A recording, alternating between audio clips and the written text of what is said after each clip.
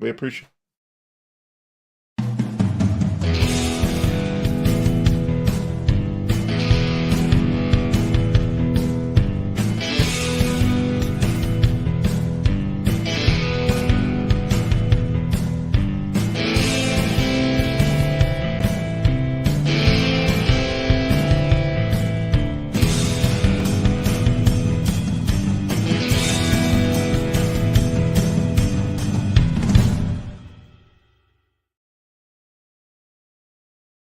Welcome, everybody, to the show. Joining us this evening is our usual co-host and fellow traveler, Dan the Dan Noodles Man, the Zero Mastel of Wargaming.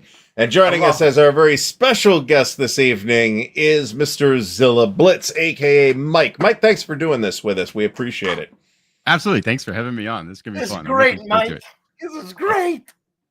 So you've been doing wargaming videos for a while now at a good clip, and your content is very high quality, and you've got a lot of subscribers. Sure. So tell us what your secret is. I don't know if there is a secret. The only thing I do, like after so the first thing to understand, right? I think it was almost a year before I had 100 subscribers. So I started out doing like football manager videos. I'm not sure if you're familiar with that. It's a PC. It's a soccer football. I know what it is. Yeah. It's incredibly popular, especially in Europe. And I think my 30th video had like 8 views and stuff like that. Oh, no, I totally understand. You get it, right? So I think people look at a channel that has a few subscribers and think, well, it's always been like, but no, it took forever.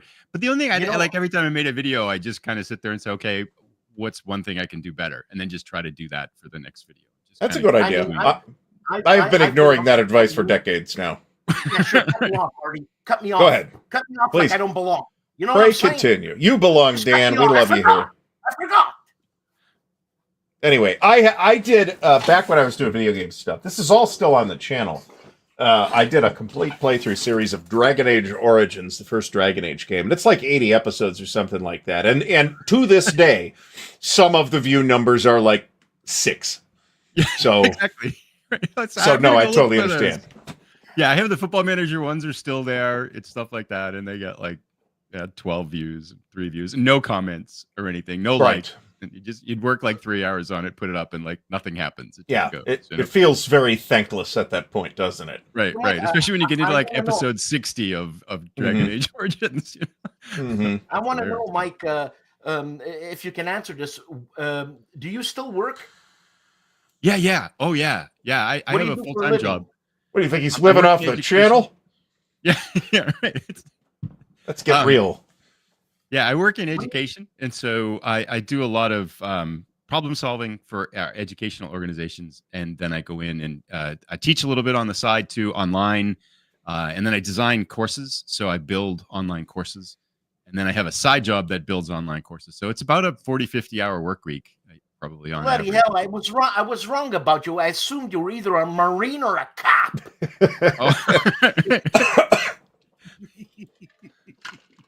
Yeah, no, I've been doing it my whole life and stuff like that. I like it a lot, but yeah, I would love to. I mean, you were talking about this before we went on the air. It'd be awesome to retire or do this full time, but yeah, I don't know. We'll see. I want to eat though, you know. I'm entirely too far away from retirement to ponder that as an activity. I just hope to get some ASL played if I get to retire. That's it. Yeah. You know, and the thing is about retirement is that I'm semi-retired, and I thought before I got this part-time job, I was like, this is great. The first time I retired, you know, smoking a pipe, having a wine, watching the tube. And then after a month, it just got tedious, man. Yeah. I have to do something. I have to break the monotony of being home. I got to enjoy coming back home. You know what I'm saying? I can't. Is that why you started this then? Is that how you got into it? No, I got into that because Stuka Joe says, why don't you do a news channel? Stuka Joe is the one that got me started too. No way!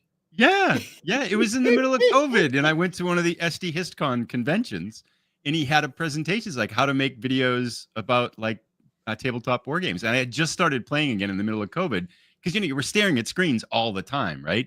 And so it's like, oh my God, I got to get away from the screen. So I pulled out like I pulled out Africa Core was one, and then one of the old SPI like Island Quad, like Tara Saipan or something like that.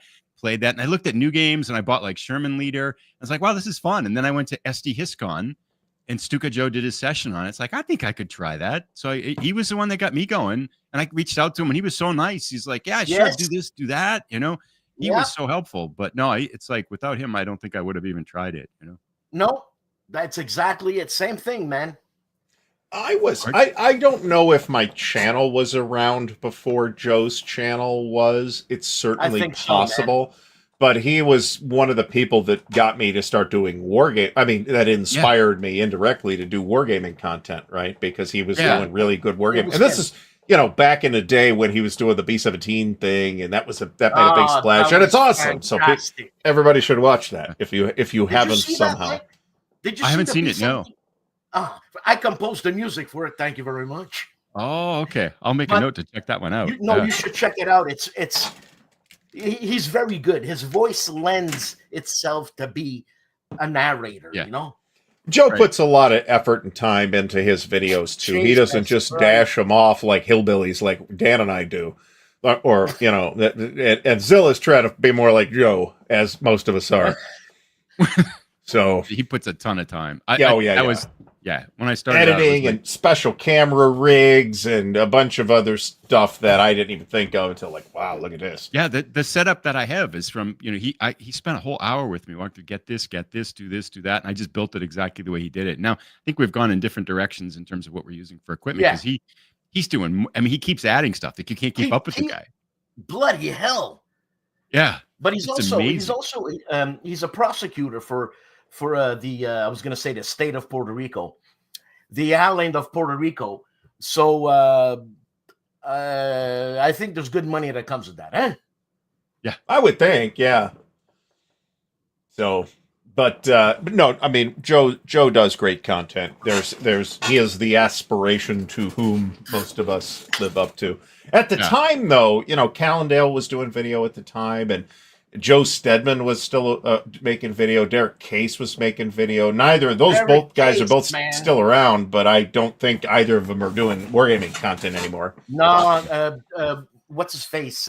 Joe Stedman is a financial advisor. I think he's doing really well.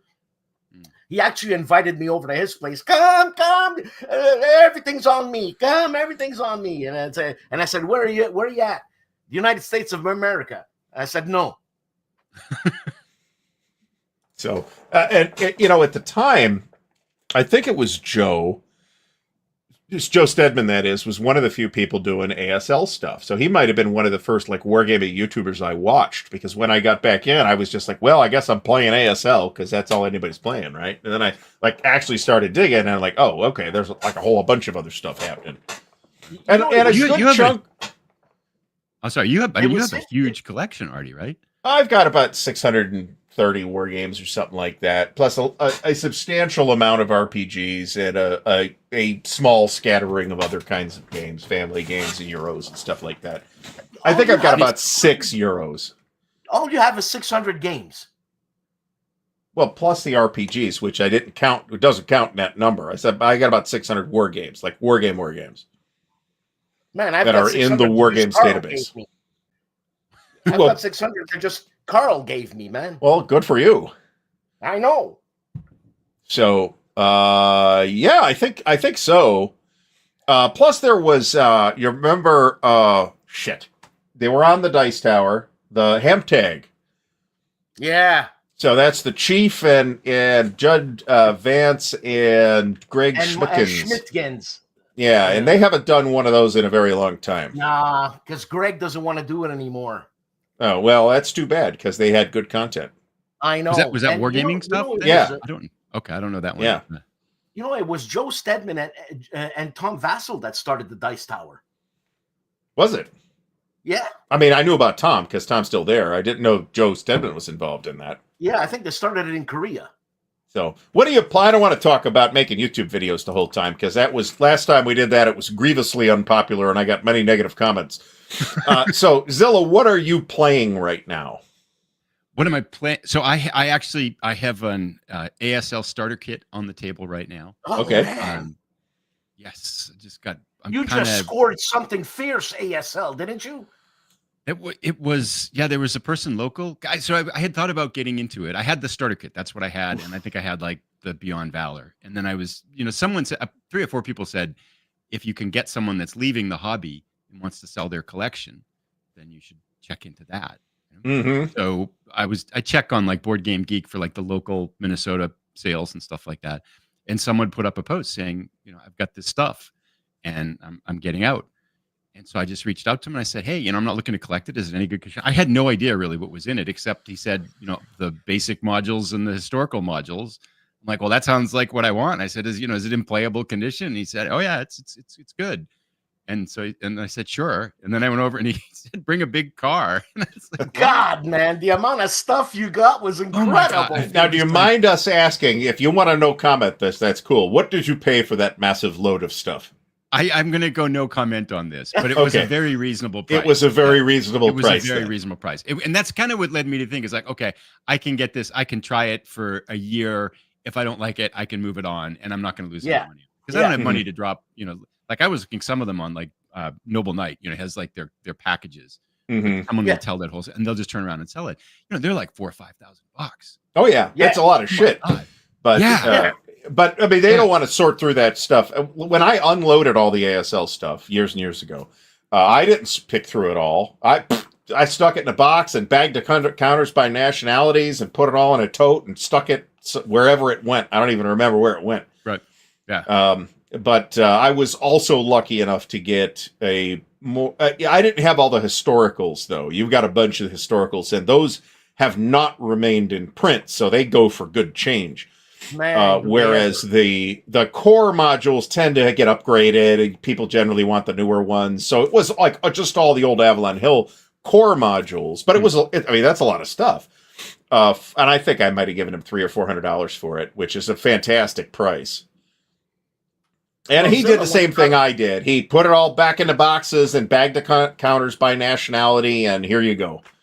Yeah. And the first thing that happened was I threw the boxes in the trash. No. The empty boxes, because I didn't have space to store all those empty boxes. That's a lot of stuff. What are you doing about space needs that as you continue to acquire stuff though? Yeah, I know, and I want to stay married too. So it's like it's kind of I don't know. So I'm getting those storage bins. I've got to try to cull the collection at some point too, because I'm at peak right now. There isn't room for more stuff. I mean, I can see the games behind both of you guys now, and it's kind of the point. Where it's like, okay. Well, I'm getting this is just Traveler. Oh, that's what's going. Okay. Yeah. Oh, okay. I'll have to examine the video after the fact. If I need anything that Dan's got, which is not that likely, but it could happen. I've got what I did was I took just a second, Dan. I took like a bunch of stuff that I thought I could get rid of and like put it stacked it all up very neatly, organized by publisher, stacked it on the side table. There's about 60 or 75 games there. And I'm going to stare at it for at least another couple of weeks while I make up my mind as to what I really want to get rid of. Because I don't want to buy anything again. Yeah, that's my worry. Because I did it with ASL. What's the average price Noble Knight gives you per game in perfect condition? There's no way to give you an average number, but if it's like, in really good shape, then they'll give you what I consider a reasonable price. But if you really want the best, return on games you're selling, then you are going to want to sell them individually. Yeah. Whether that's eBay or Concept World Marketplace or Facebook Marketplace or BGG's Marketplace or whatever. I feel like if I'm going to dump games individually, I will probably use the Facebook Consim Marketplace group to do that. Yeah, that's what I do. I use the Canadian War Game Marketplace. Oh, I didn't know that was a thing. Damn. So that's good. I need to clear some shelf space. I'm running out of room. That's my problem. Shelves. And now I'm getting into scale modeling, and I've got shelves for scale modeling here, and I'm losing it, man. You got to have hobbies, man. I would go nuts if I only had work to focus on. That would absolutely suck. Yeah. All right. So Wolf Dog says 30 to 40%. This is not a question I have ever asked them, but this sounds like a not a bad ballpark thing. Yeah, I've seen kind of what they sell for and what you can offer. That seems about right. I think the big thing with it is that it's so easy, because you Well, just that's true. Yeah, they'll pay the on. shipping. You just send them a list of what you I got, maybe, know, right? and And that's worth a fortune. they'll send a friggin' semi to your house if it's that much stuff. That's worth a fortune, man. Sending anything to the States from Canada. Oh my God. Well, you got that Cour de whatever it is place in Montreal. You could talk to them, but like local game stores will really not. I have never gotten a good price from a local game store, never, because they can't afford it. Marc Rodrigue volunteers his time there, and I think Marco Poutre also. It's a nice place, man. Oh, I bet it is. It's in Montreal, after all. It's bound to be nice, right? Zilla, where are you at anyway? I thought you were west, but I might be misremembering that. Minnesota. It's actually about 4 hours away from Noble Lake. So we was down there last summer. It's a pretty close drive. So yeah, we're up near Canada too. It's about 4 hours from Canada too. But if you're in Minnesota, you're almost Canadian, right? You're like an honorary Canadian or something. Close, yeah. So, John, if you can't sell that GB2, I might be talked into it. Don't you have 8 of them? I've only got 3, but I could use an unpunched copy. For what? I've got incomplete copies of GB2. That's my. I've got 1 complete copy and 2 partial copies. That's my issue. And I think Gagarin's Blitzkrieg 2 is an awesome OCS game. So I will be happy to just to have an extra copy of that just in case, right? So Zilla, did you answer that question? Where did your name come from? Zilla Blitz. That's a good question too. Oh gosh, that takes me way back. It's like probably 25 years ago. I was joining like an online forum, right? So it was like a gaming forum. And it was one of those times where you needed a name. And like I just kept putting in stuff and it was already taken. And it was just already taken. And it was just already and I was there for like 10 minutes. It's like no matter what, it's like when you're getting email addresses for like Yahoo or something. Like you just everything was gone. So finally I just looked, there was like a picture of Godzilla by, and it was for a football game. And so I just said, oh, screw it. I don't care. So I just put in Godzilla Blitz. And that went through. And then I just shortened it after that because that whole Toho Studios is really protective about their name. They do not like people at all. They're not happy about that. Yeah. So I just kind of de-emphasized that. Yeah. And then I just kept using it all over the place. And then it just kind of stuck and went that way. So yeah, it's about same. Exactly the same. Ardwulf was just an MMORPG character that I was playing, and I had a blog. Oh, really? Where I was like, the idea behind the blog was like in character little chronicles, but that never. I might have done one of those, but afterwards I just like talked about MMOR. The blog's still there. I just only post to it like once a year, so steady because I'm not really put any time into those kind of games at this point. And I've occasionally done other types of gaming content on there too, but not very often. And there's no audience for it. And blogging is kind of dead unless you're on like a big aggregator site like Forbes or something like that. I'll stick with YouTube. Yeah. But how much of your time is spent playing RPGs then? Well, this week I've spent 3 hours playing Twilight 2000. So earlier today, in fact. That is the only thing I'm doing right now as far as RPGs go. That will actively playing. I've got some other stuff that's in the cooker. I forgot to call Pat again. Oh yeah, he's fuming about it too. So he's not really, but call him. You're like on the list of people. I already called him. I said I'd call him back. Well, call him back. You know what, man? I don't think I don't have to focus for 3 hours, man. Are you kidding me? What? That's I'll tell you what, man. 3 hours is and that's more common nowadays, right? At least with the people I've done stuff with. 3 hours. But but we used to play 8-10 hours every Saturday night too, and I sometimes wouldn't leave there until 4 a.m. I don't have the energy level to do that anymore. So it's just we start at 1:30, and I think we wrapped right about at 4:30. And that's pretty typical for that game. I would need amphetamine stimulants. So you know what though? What I'm trying to say. What I'm trying to say is online, like modern online gaming today, at least in my age demographic, 3 hours is actually pretty average. That's where I'm going with that. But at the same time, this is true too. So you feel like you don't get enough done. But don't you I feel like? understand. Oh, sorry. Go ahead. Go Dan. ahead, Mike. I think. Don't you feel like wargamers have like amazing endurance for tabletop games? Well, Yeah. Don't you play like if you're playing war games? Aren't you playing for? Or do you just take a lot of breaks? Or well, so like a couple of weeks ago when I was at Winterfest, we would start. I want to say our official start time was 8:30. In a couple of days, it was actually closer to 9. But our official start time was 8:30 in the morning, and we would typically play till about 10 p.m. Yeah. God damn. So now, did I whine about it? A little bit, but because at the same time, we didn't have that many extended breaks, right? Because it was GTS. You don't really sit around for that long playing GTS. I mean, maybe you'll get 45 minutes between your activations, your chits get pulled out of the cup. But it wasn't a ton of downtime. And we did very similar time last year playing Roads to get onto Richmond 2, where we would start. I think we started closer to 9 or 9:30, but we would typically play till like 9, 10 o'clock at night. So we can do that. Some of us do that. But that's like, we are here to play games because I drove to this convention. Yeah. Rather than, I'm farting around in a room behind me. Yeah. Yeah, Sure. But that's the thing that drove me Mike, with like when I went. Sorry, go ahead. Go ahead, Mike. No, go ahead, Dan. Yeah.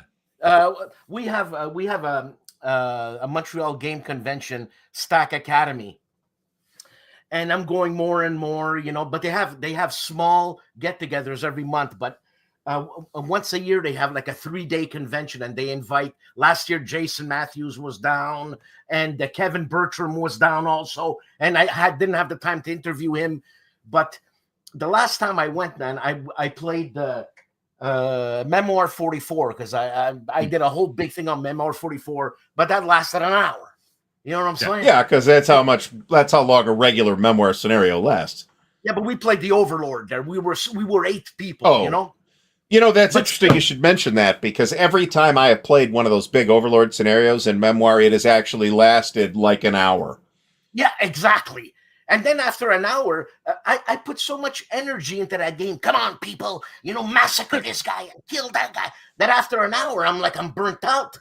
So I gotta pop some aspirins and all that. And then they ask me, come on, Dan, let's play a coin game. Oh, Jesus. Here's a question I'm not sure I've ever thought to ask you, Dan. What? Do you drink coffee? Yeah, I just started drinking more. Okay, because that's the only way I get through a day is by drinking coffee. I'm ADD, man. When I drink coffee, I go to sleep. That's a thing. That is a thing that happens. Mike, what else you got cooking right now besides ASL Starter Kit?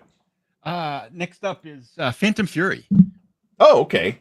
That's from Nuts Publishing. It's Nuts, right. Yeah. I love their covers, Urban man. Conflict. I love their covers. Yeah, their game. I mean, they're doing some good stuff. There's a lot of good stuff coming out of Europe, I think, now too. And then I got some nice stuff from them. Yeah, those are Frenchies, Frenchies from France, right? Yes, Nuts is French. Yeah, for sure. Yeah, I've been trying to get that, trying to create a video for that one. So that's the next video that I'm trying to make is Phantom Fury. What was their first game in the same series? What was it called? Was that Nineveh? I mean, I don't think it's a series, but no, I actually have Nineveh, but no, the first game that I saw that looked like a Panzer Blitz cover. No, I can't. It's too dry. Right? No, Molotov Cockatiel asked what that was. It's going to be fair. I haven't even tried. Well, that's not true. I did taste it. But somebody gave it to a friend of mine at Compass Expo for me. So thank you, whoever that was, because Kevin couldn't remember who it was that gave it to him. So anyway, you were saying, Mike? I think we were trying to figure out the first game, Dan, for that series. I don't think it was Above the Hill, series. Something Hill. Oh, Hill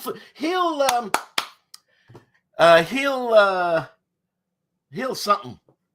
Okay, I'm not familiar with That's the least helpful suggestion I have heard in some time. Pork Chop Hill. So Florent is great. Got an interview with Florent on the channel, so check that out if you want to hear about what's going on with Nuts Publishing. Some of those things are out now, by the way. It's too bad we can have these European guys over because it's like they're sleeping now. You know what I mean? Yeah. That's Yeah. true. Because- Except for Fred, he does not sleep, as far as I can Nah, tell. he doesn't sleep. Fred's he's So- on Pervitin. Yeah, or whatever it is. Coffee. Lots of coffee. So Actually- and you do some. So, do you do RPG stuff too, Mike? I don't create content for it, but Okay. I'll play RPGs. Okay. I haven't done one for a while, but having kind of an urge to get back into it. Like I was looking about that'd be more on the PC. Actually, to talk about tabletop, I played Dungeons and Dragons for the first time in my life Oh, awesome. about 3-4 months ago. That's cool. That's And- cool. Like the new edition or one of the old ones, or I don't know. Not Some sure. guy. I think it's 4th edition. Does that make sense? fifth edition is the current edition, but it's complicated because there's like there's like a new one out now that's kind of the same, but not really. And I don't know. Right. Well, we have a work board game club, and one of the guys there had Dungeons and Dragons experience, and he'd been a DM and stuff like that. And we all said, "Oh, we'd like to try that." So he put together a mini campaign for us. So he, had characters for us. He said, "Just pick this character." Yeah, probably Mike, 5. do you have Probably, time? but Do you have time on Sunday to play? What's the RPG? Twilight 2000. He's trying to get me into Twilight 2000 Sundays from I don't know what 6 a.m. till 11 at night or something. 1:30 to 5:30 officially, but we usually it's more like a 4 to 4:30 wrap. You got time to do that? Because if you're gonna do it, I'm gonna do it. Every 2 weeks. Every 2 weeks. That's significant. In the middle of Sundays, that's a tough time, I think. Yeah. Again, going back to that idea, I want to stay married. There are reasons why that is an awkward time slot. I will tell you, right, straight up. Well, But- everybody goes to church. Yeah, I suppose so. We got to get up. You know what I mean? Oh, What happened to him? I got a Charlie horse. I got to walk it off. I'll be fine. Oh, I was gonna start singing, man. No, I it's thought it was okay. something I said. It's okay. No, it's probably something Dan said actually. So anyway, yeah, that's true. Now, Mike, what kind of games did you start playing though? Back when you started getting into games, were they video games or board games, or what did you play as a new gamer? Well, growing up, our family always played board games. And we Okay. we played Hearts. I mean, we played Heart. I can't play card games anymore because I totally burned out on them. We just played so many growing up, and then I kind of drifted away for a long time. And then with the kids, we'd play a lot of regular board games, just traditional stuff. But I did play war games kind of growing up, and then it drifted family, coaching, work, and all that kind of stuff, and pets that jump up on tables. It was like it just wasn't working, And then our kids went off to college, and it's like now, and the cats can't jump on the table anymore. So it's kind of like, oh, maybe go back and check out some war games again. And that's when I bought, I think it was Sherman Leader from DVD, because it looked like a pretty good introductory game.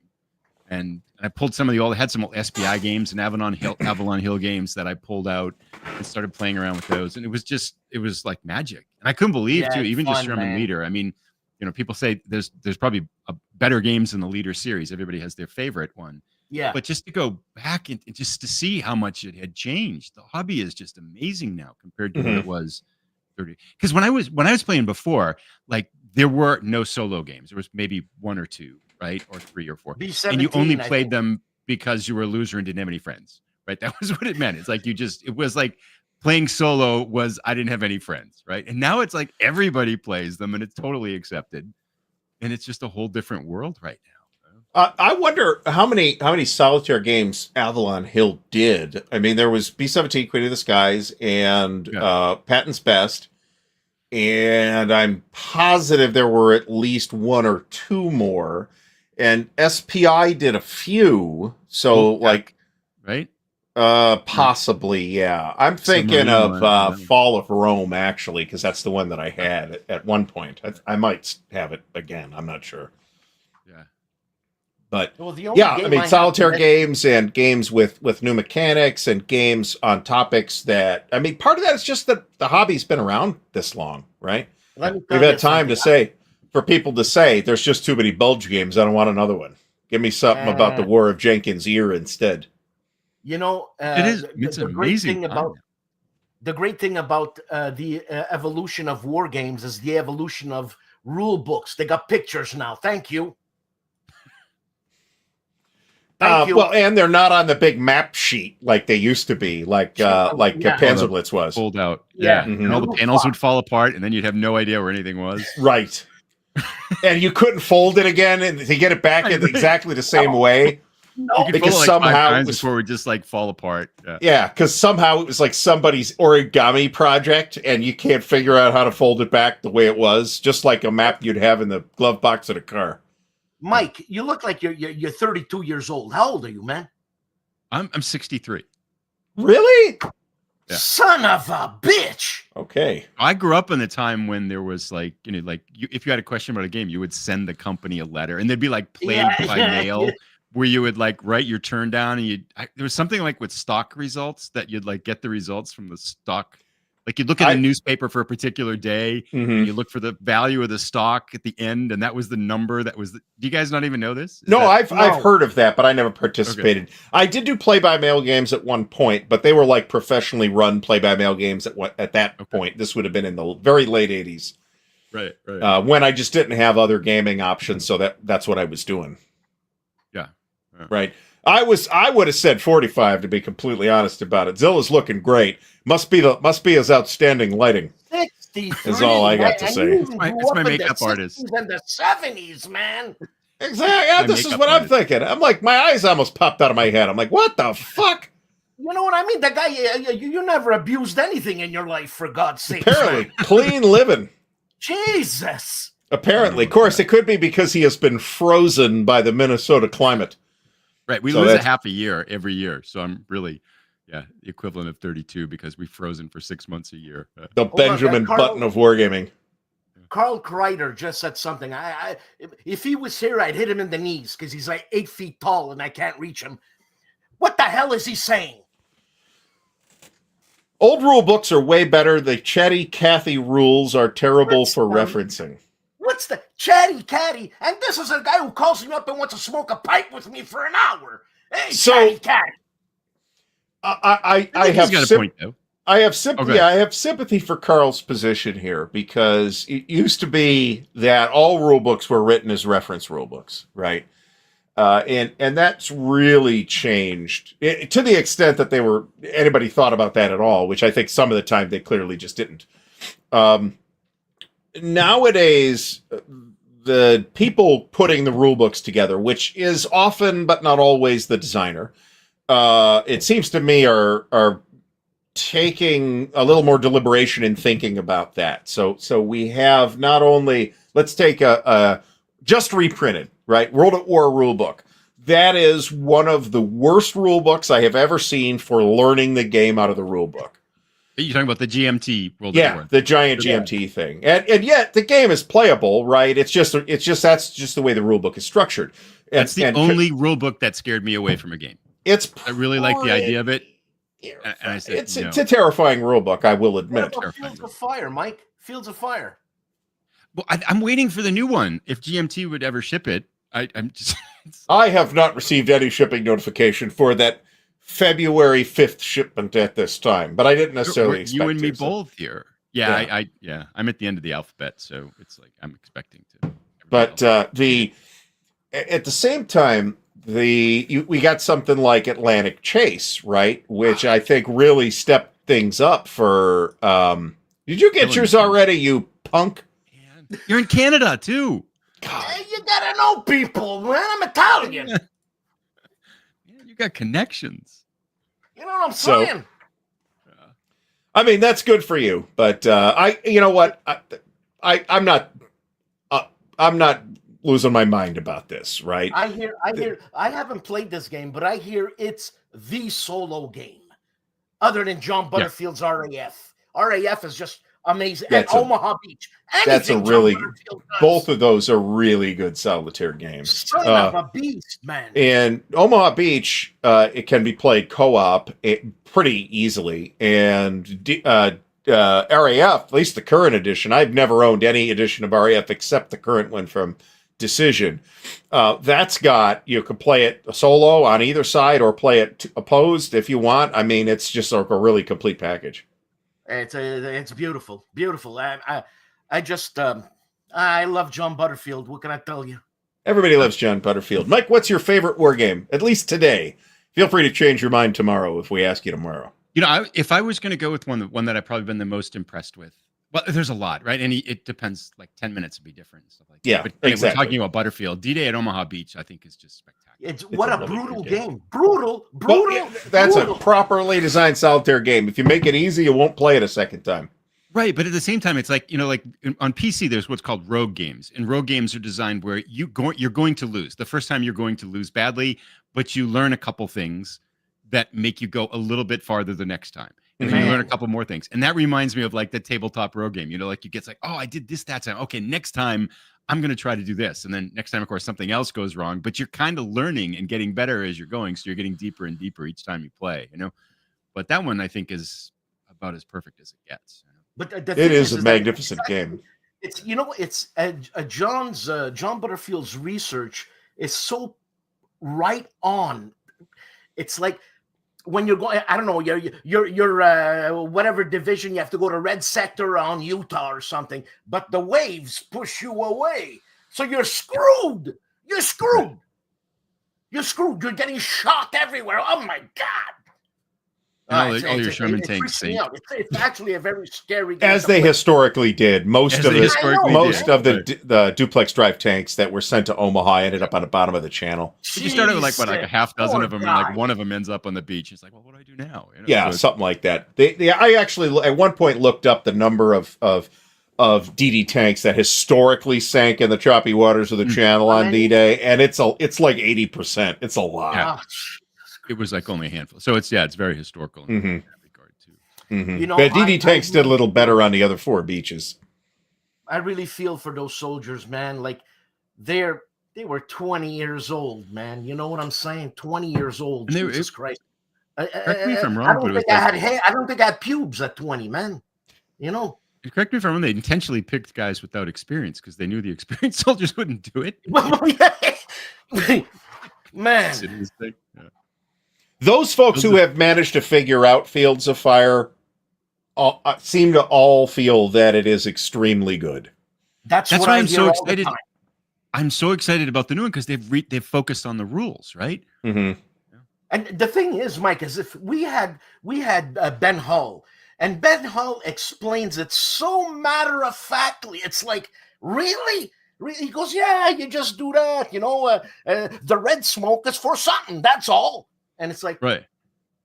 It's a brilliant design. And John's got 2 Market Garden games in the pipeline, by the way. There's World War II Commander Market Garden from Compass, which is the same system as the earlier Battle of the Bulge game. And there's the new version of Hell's Highway coming from New England Simulations, which is well into playtesting as far as I could tell now. New England I have the Compass one on pre-order. What have they done? I've forgotten. New England Simulations? The last release was Winter's Victory, one of several ILAO games that were scheduled to come out. The one before that was Jaws of Victory, which is that's the one. Cherkasy Pocket, East Front, using basically the Operation Typhoon system. Basically, Death Ride Kursk. Who did that? That's Grognard Simulations. Yeah, that's how I got to get. That's what I'm getting mixed up in. It's big. What's your favorite? Who asked? DM Tim. What's your favorite non-war game, Mike? Ooh, today again. You could pick something today, different. I know this is has been consistent for the last 6 months. Obsession. Obsession. So it's a game. It's like it's a game where you're rebuilding a British estate. So it's a Euro game with some kind of complex mechanics of it. It's a theme and a topic like I never thought I would like. Liz from Beyond Solitaire introduced the game to me. I've been playing on Board Game Arena. Played it a couple times. I've been playing in tournaments now. I think I probably played it 60 times in the past. Really? Yeah, it's that good. It's like but you're building up a estate. So you're like adding in these certain rooms to your estate, and you're trying to attract these different prestige guests. And the thing about it is that you have to play what's dealt to you, and there are so many different ways to win. But and then you're trying to react to what other people are doing. It's a marvelous game. It's so deep. I feel like I've played it probably 60 times. I'm probably above average now, but I'm still not close to being a good player. I'm not sure I've ever even. I'm looking at it now on BGG. I'm not sure I'm even aware of this product. To be honest, it's got a cult following. It's got a very niche following, and so there are people who really, really like it. It's very popular on Board Game Arena, but very popular on Board Game Geek. Looking at the ratings. Yeah, Have you ever played? I mean, so Have you ever played Terraforming Mars? No, I have. Okay. Actually, it's not bad. Yeah. Not bad. I don't. It's want not bad. Yeah, I mean, there's like several Terraforming Mars. Generally in that space, Euros now. I think probably trying to copy Terraforming Mars. That's the only one I've played, and it's good. It's good. I didn't feel obliged to run out and buy it or anything, but that's in part because you could just go up to the club on any weekend and some people would be playing Terraforming Mars, right? So it wasn't an issue. Okay, because I'm trying to. Other ones too, I think. Go ahead. Sorry, Mike. Yeah, no. The other ones have been playing. I started a Final Girl, the solo game where you play. I've heard of it. The hero in the heroine. I know you are the final girl in a horror movie, and so there's and it's a solitaire system, and there's probably 15 different modules, and you can mix and match them in villains and places and stuff like that. So I just got one of those sets and started playing that. That is a ton of fun as a solitaire game. It's hilarious. Mike, someone just reminded me. You used to do 18-wheeler videos. I remember that. The Euro Truck Simulator stuff. What's the joy in that? Like, I want to know. Okay. So I started with Football Manager, right? And like nobody was watching those videos. It just wasn't. I mean, there are thousands of people that make Football Manager videos. So I'm like, well, I got to try something else. And then there's one other gamer, this guy Parkera. He's like, you got to play Euro Truck Simulator too. And I'm like, I'm not gonna play it. And so I played it once. I played it like 15 minutes. I said, this is the most god awful, boring game I've ever played. Right? It's like I'm trying to play with a keyboard and you're driving stuff around. It's like, what is the point? I don't get it. It's like it just doesn't make any sense, But and then I left it for. Well, then I left it for like 2 or 3 months, and then I found a wheel in my basement. And I'm like, well, I wonder if the game's going to be better than with a wheel or something. Oh, I would imagine that it is. It's completely different, and it's like gaming Zen. It's just this like it's you just sit and you're just driving. The time scale, especially you're getting stuff done faster than it's like driving in a real. And I don't even like driving. It's like I don't know what it is. I don't like driving in real life. But for whatever reason, it's got just enough sense of like achievement, like you're trying to do a certain number of deliveries or visit all the city. It's just so relaxing. I actually sympathize, although Euro Truck Simulator is not really what I have used for this, but I completely get that. I have been in those times when I just need to chill and relax and do something completely mindless. I put a YouTube video on and I start playing Minecraft. Yeah. And I just walk around for board game. I play in survival with the difficulty, the peaceful difficulty. So there's like creatures, but not monsters that'll attack you. And it's very relaxing. No brain cells were harmed in the making of that video. Exactly. For no brain cells harmed in Canada, we smoke a joint. Yeah, and eat some mushrooms, apparently. Mushrooms, because you got legal mushrooms. Legal mushrooms. That's something I didn't know that I would see, but okay. I will also say that while I didn't do Euro Truck Simulator, one can play Elite Dangerous just like Euro Truck Simulator, where you just play on your own private instance, so that you might get attacked by NPCs, but it doesn't happen that often. And with the HOTAS, it's a vastly superior experience. Oh man, that's that's the MMORPG in space, right? But you're just playing it with your own instance, so nobody to mess with you. Right, and that's the thing you can do. At least when I was playing it. Yeah. But I got a fancy HOTAS, and it's really cool. Yeah. But I mean, there's lots of reasons why we play games, right? I mean, there's tons of reasons why we play, and so I feel like for me, like the games just give me an answer to a lot of questions. Like I just want to relax and I don't want to think about stuff for a while. It's like I'll just hop in a truck and just drive. And I don't have to get in a real car. I'm not burning real gas. Right. And it's beautiful. And right. I could see this. Space engineers. I have space engineers. I was baffled by it. My thing right now is because of Charles Latorre. Charles Latoro Yes. got me into it, so now I'm doing scale modeling, man. Scale model is Zen play, don't you think? It's Yeah. It's just Zen, like man. just chill. No one's asking you any questions. You're just putting stuff together, just Mhm. moving stuff through paint stuff, and you're making something that's beautiful. You know? And Mhm. it's really Zen. It's helped my mental health, believe it or not. If Yeah. you can see. Oh it. yeah, no, I believe that.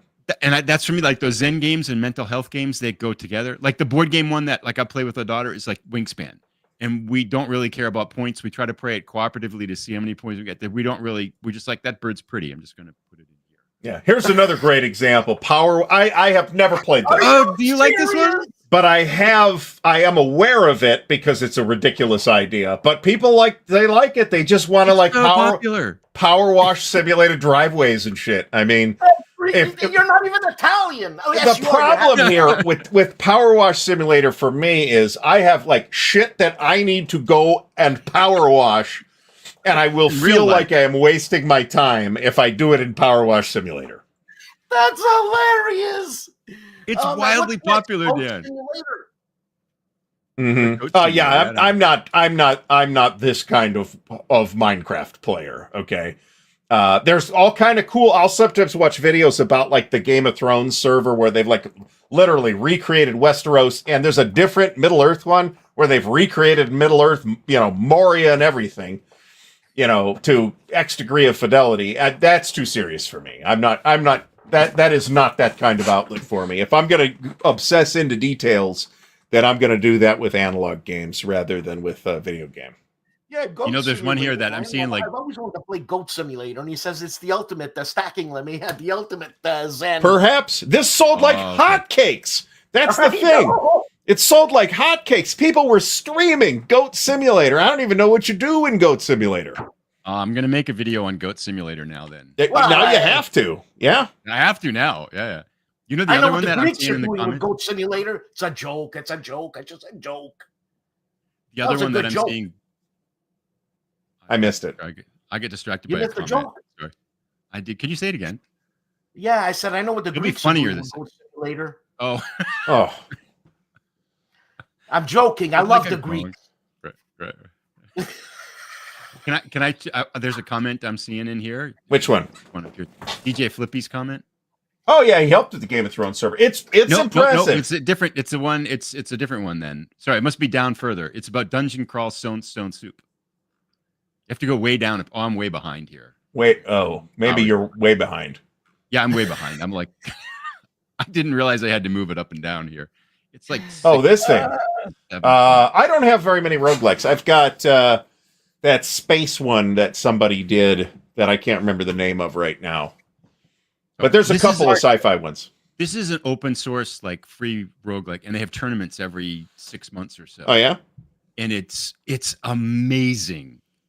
If you like RPGs and esoteric games that are rogue games, dungeon crawl stones. Where I'm do you playing a find dungeon crawl. these games?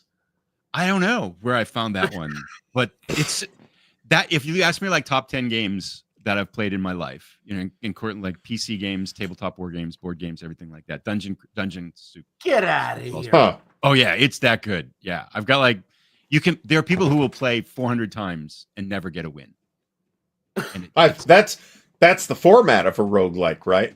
yeah. I'm not super into roguelikes right now, but what I was into for quite a while back in the mid 80s, I guess this would maybe early 80s, Telengard. Anybody play that? Remember that one of Avalon Hill's computer games? They had computer games? Yeah, and it was a straight roguelike What?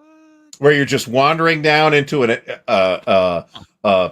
basically limitless procedurally generated dungeon, and you get as far as you can before you die. I'm not even sure you could save the game, to be honest. You can play Telengard on. If you look up the Wikipedia entry for Telengard, there's a link at the bottom to an online web-based version. You could play it today. Right. I have What never were the heard of it. graphics Dan, do you know that like one? on Avalon Hill? That's the only Avalon Hill video game I ever played, I think. How many games did they have? Oh, several hundred. Of Avalon what, Hill? computer games? Video games? No, not video games. Several hundred total. But for video games, they probably did at least 30. There was a lot. I've learned a lot. They did a lot.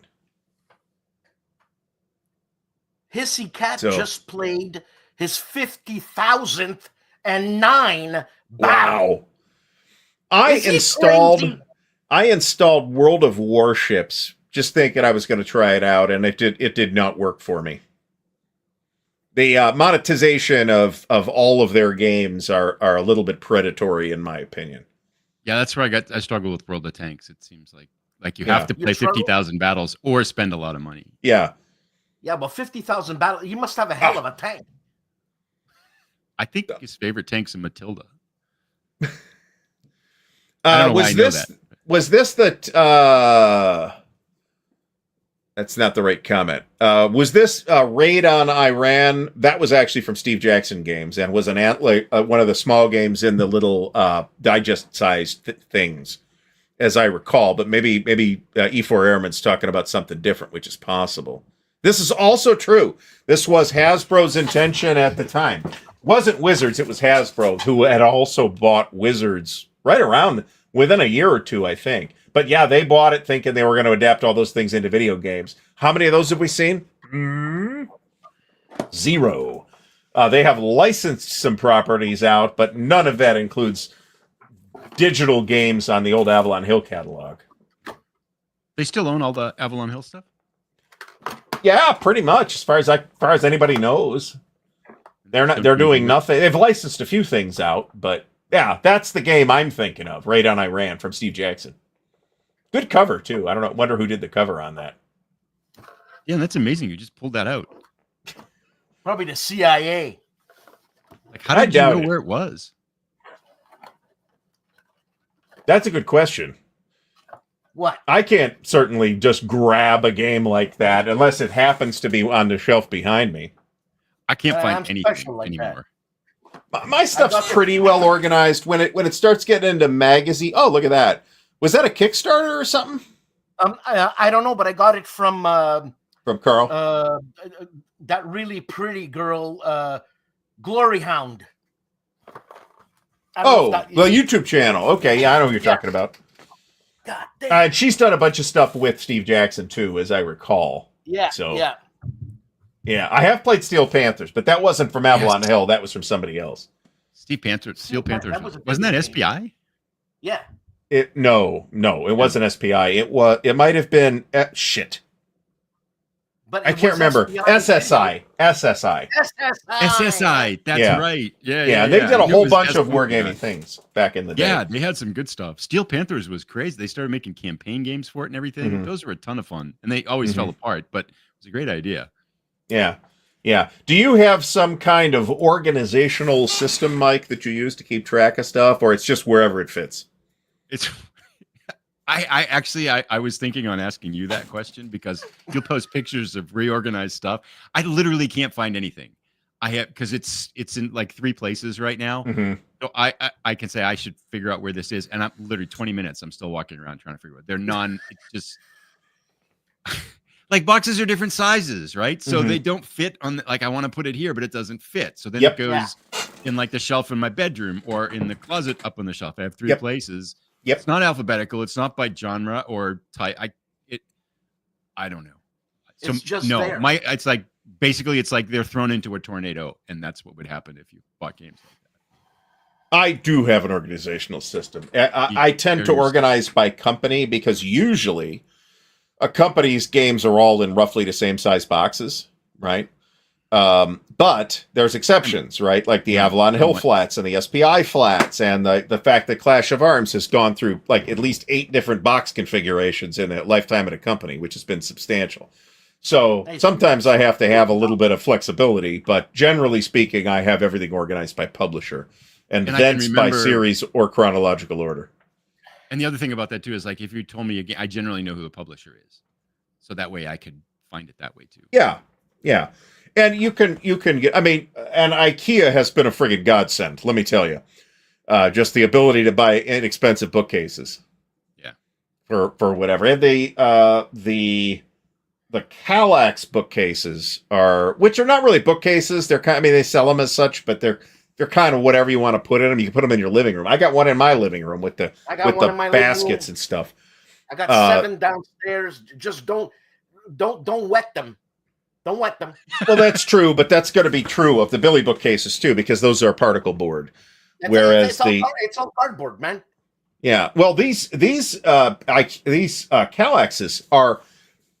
I mean, the center sections are particle board, but the exterior frame is all this it's like this hollow core wood veneer type of thing. And if you get it up and mount it to the wall, they're incredibly sturdy. And if you try and punch it with a screwdriver, you'll go right through it like paper. I have Kallaxes for my games. They're perfect. Yeah. It's the Kallaxes Kallaxes are good because they're versatile, right? They're sturdy, so you can put heavy stuff on them, like books, like RPGs. Right next to me, there are 2 Kallaxes which are full of RPGs, and that's not Traveler though. And I never once have I seen a shelf bow or anything like that, and because they're taller, they will fit a lot of the square boxes that Euros come in, plus wargame boxes, plus books. Plus, a lot of times you could put larger flat boxes in them because they're also kind of deep. So they are extremely versatile shelving and reasonably inexpensive as shelving goes. Yeah. And I got a lot of them. Yeah, Do you have IKEA in Canada, Dan? Yeah, we got asphalt too. Okay, what? I don't know. I mean, we just got IKEA here in Ohio not that long ago. What the hell, Mike? You live 2 hours away from my house. For God's sakes. You know what I'm saying? When the US is going to invade Canada, you'll see. You'll see. Yeah, I suppose we will, in fact, see. Kallax is, actually, you got it exactly correct, Jeff, except that there's 2 L's. That's the only difference from how you spelled it. Man, and there's the classic Billy bookcases, which are more like traditional bookcasey type things, and I've got a couple of those as well. Well, Kallaxes, because they come 5x5s. They're massive. Well, that's the other great thing about Kallaxes. There are 2x2s, there are 4x4s, there are 3x3s. There are 1x4s and 2x4s and 5x5s. So they have a lot of different size configurations, and the 5s are really quite large, by the way. The 5s are. I got 5 Kallax thingies. That's good. 5x5 Kallax. That's good. Actually, yeah. I re-leveraged one on the other, whatever. And you can open up a retail store. Practically, yeah. I put up that rail shelving where it's there's those metal strips that you bolt to the wall, and then you put the brackets in it and put a shelf on top of that. I got a whole wall like that, and that freed up 5 Kallaxes. So then I had all these Kallaxes sitting around, and eventually what ended up on those were just my regular books. So mostly the comments. The comments. Yeah, these guys are crazy. Yeah. Well, Alberta. There you go. Well, Alberta's been wanting to get away as long as Quebec has been wanting to get away. I thought that was Quebec. So Quebec just hates the English. So yeah, I got a couple of the narrow ones actually. Are the Billies I have. I actually got to put the next one together. To be honest, that's a good question. Do you in fact have indoor plumbing? I mean, I think Dan could definitely confirm that they have indoor plumbing, considering the state of Dan's toilet, which is amazing. Yeah, Mike, did you ever hear about my toilet? Oh my God! I do not know the toilet story. No, my house. I'm kind of scared to hear this. Is this okay? It is not entirely unsuitable for YouTube, just as long as Dan is very careful. My house used to flood, right? And we'd have a ridiculous amount of water. So we tapped the incoming water downstairs in my basement, and we bought a highfalutin toilet.